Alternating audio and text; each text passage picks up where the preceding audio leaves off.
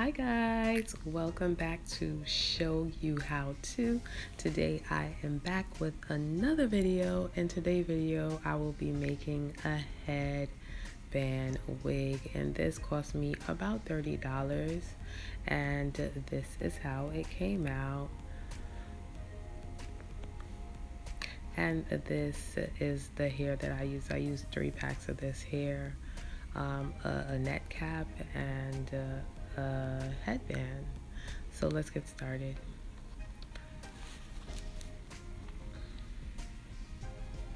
So first you're gonna need 2 pairs of scissors. I'm sorry, a pair of scissors and a crochet needle, a headband.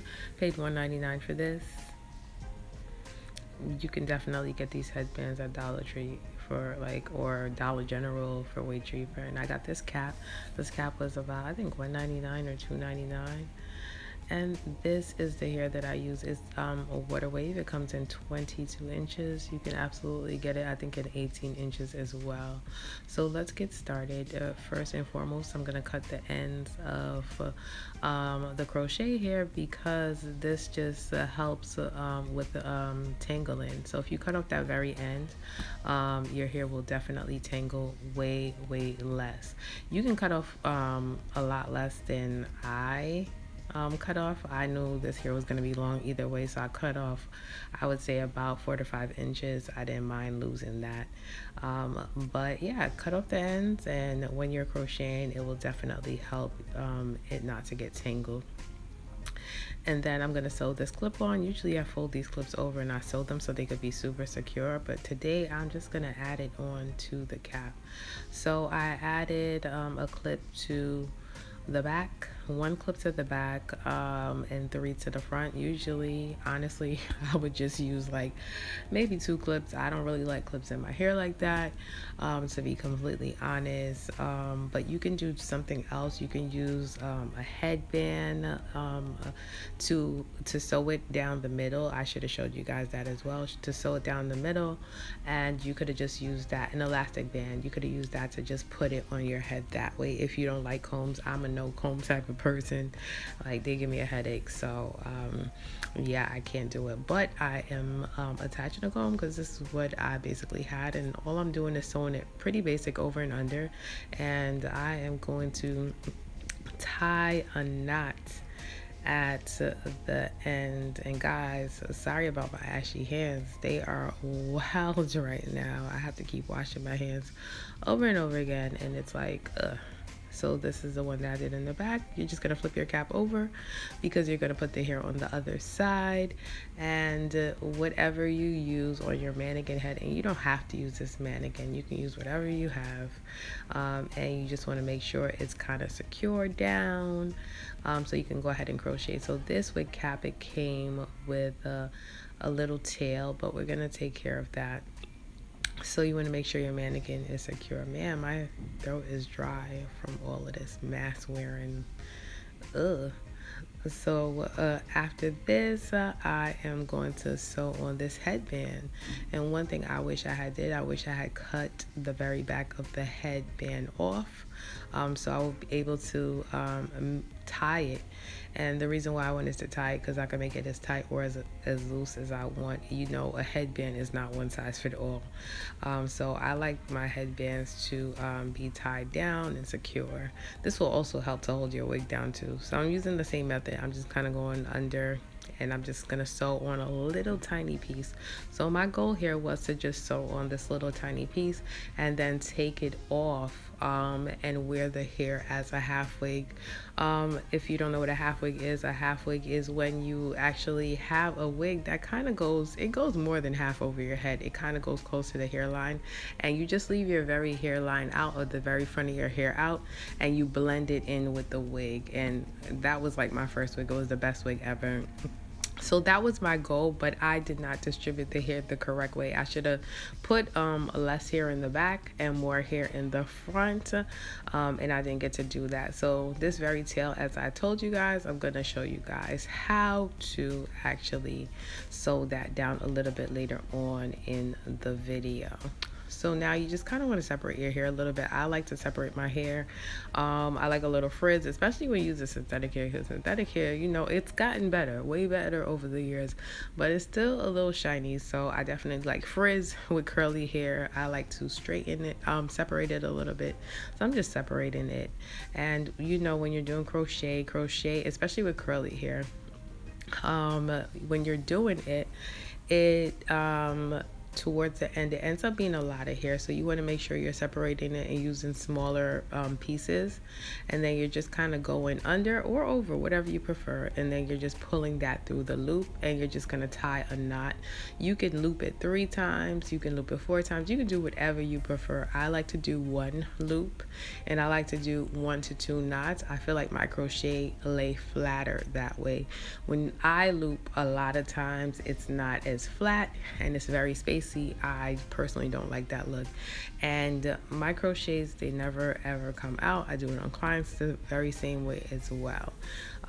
So you just want to do the same thing over and over again, and you want to go across the head from left to right until your wig is complete.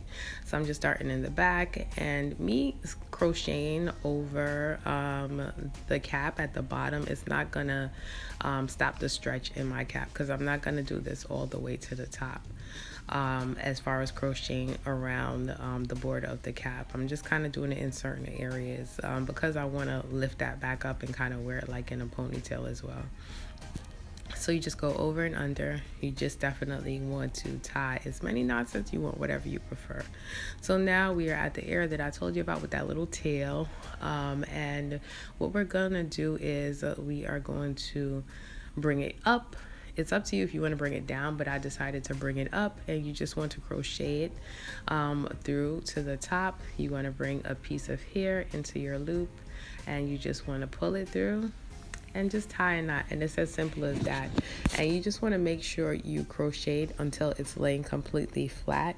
You can just look and watch what I'm doing. So I'm doing the very same thing to the other side, and I'm just gonna tie a knot. So I basically did 3 pieces. So I mean, you could have just sewn this down, but why? You can just use the hair and just, you know, tie it down and make it well crocheted on and make it pretty flat, and boom, there you go. And you're just gonna go straight across until you meet those pieces at the top, and close it up. And you still want to continue to space your crochet out, because as I said, it may not look like a lot of hair, but it's building, and it does end up being a lot of hair. And I don't mind curly hair, and I don't mind being a lot, but I think do it based on your preference. If you definitely want it to be super full, then, you know, I would say don't space it out as much. But mine still was full. This was 3 packs of hair. Mine was still very full, and that was 3 packs of hair. I think 3 packs of hair is a lot of hair. So, and I spaced it out a lot. None of this is gonna show. You definitely want to wear a cap, a black cap, wig cap under your wig, for sure. Even if you just wear your hair, you're still not gonna see any spaces, because it's just so much hair. Curly hair is very, very, very, very forgiving, so you can get away with a lot with it.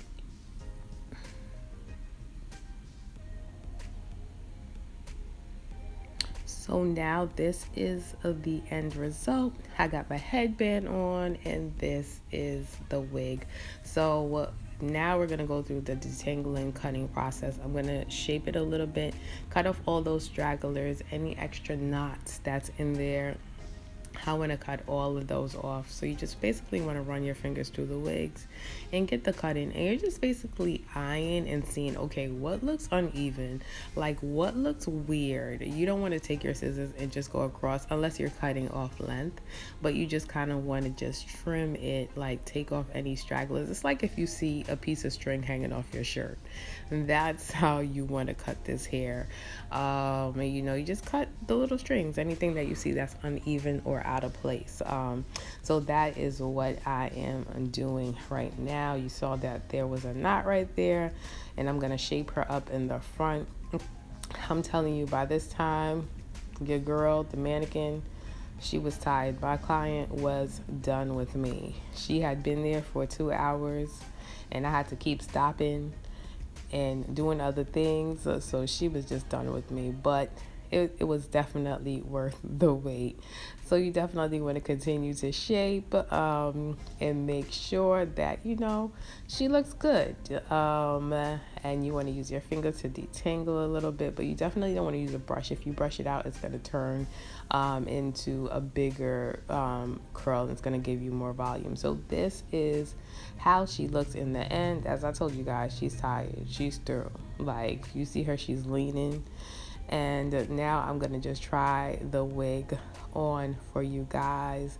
Underneath here, I just washed my hair, and I was not going to take it out and do cornrows. I'm sorry. Like, I kept my silly braids in, and I just added some gel to my hairline. I didn't even take out my hairline because I wasn't able to do the half wig because I need to move some of the hair up to the front. But I'm just going to show you how easy this is. So you just want to pull your combs out, and you just want to hook it into the very front of your head first. That's how I like to put on my wig, and then you can hook it into the back. And then you definitely, I'm so dramatic. You definitely want to take your headband and you can move it back. As I said, I wanted to tighten my headband, so I wish I had cut the very back so I could have it tight. But this is how the hair looks overall. I'm going to add a little gel, get some baby hair going, and I am going to tighten that headband, like I know me. So it just depends on your head size. I could have definitely left out more hair and brought the headband a little bit further back, but I don't know about you guys, but when I do hair, like when I make a wig or if I have a new wig, for me, hair is like clothes. I get so excited about putting it on, like I can't even wait. So yeah, that's how I feel about hair. Like the way people feel about clothes and other stuff, that's how I feel. So I was able to tighten it, and this is the end result. I'm going to go in and I'm going to cut little pieces in the front as well, and I'm just going to turn around and show you guys how she is looking from front to back. Yes, shake, do your thing, girl. So this is how she's looking, and I see some people with the headband wig, they put it to the side. Of course, if you were to the side, you could have definitely did more layers, especially on the heavier side. And some people, they also put their headband wig up in a puff. I would need a big scrunchie for this one, but this is me all the way. I would definitely do the ponytail because I always wear my hair in a ponytail if I'm wearing my own natural hair. But this is the headband wig. If you saw my braids underneath, I literally had like 4 braids. So if you don't have time to do your hair and you still want to look cute, you still want to dress it up, this is definitely something that you should do. And one thing about the headband wig, this cost me $30 to make. The headband wigs that I saw online, they are human hair, but they're also super expensive. They're like $105. I looked up this very length, it was $105. So you can definitely make it yourself for cheaper. It's way easier. But thank you guys for watching.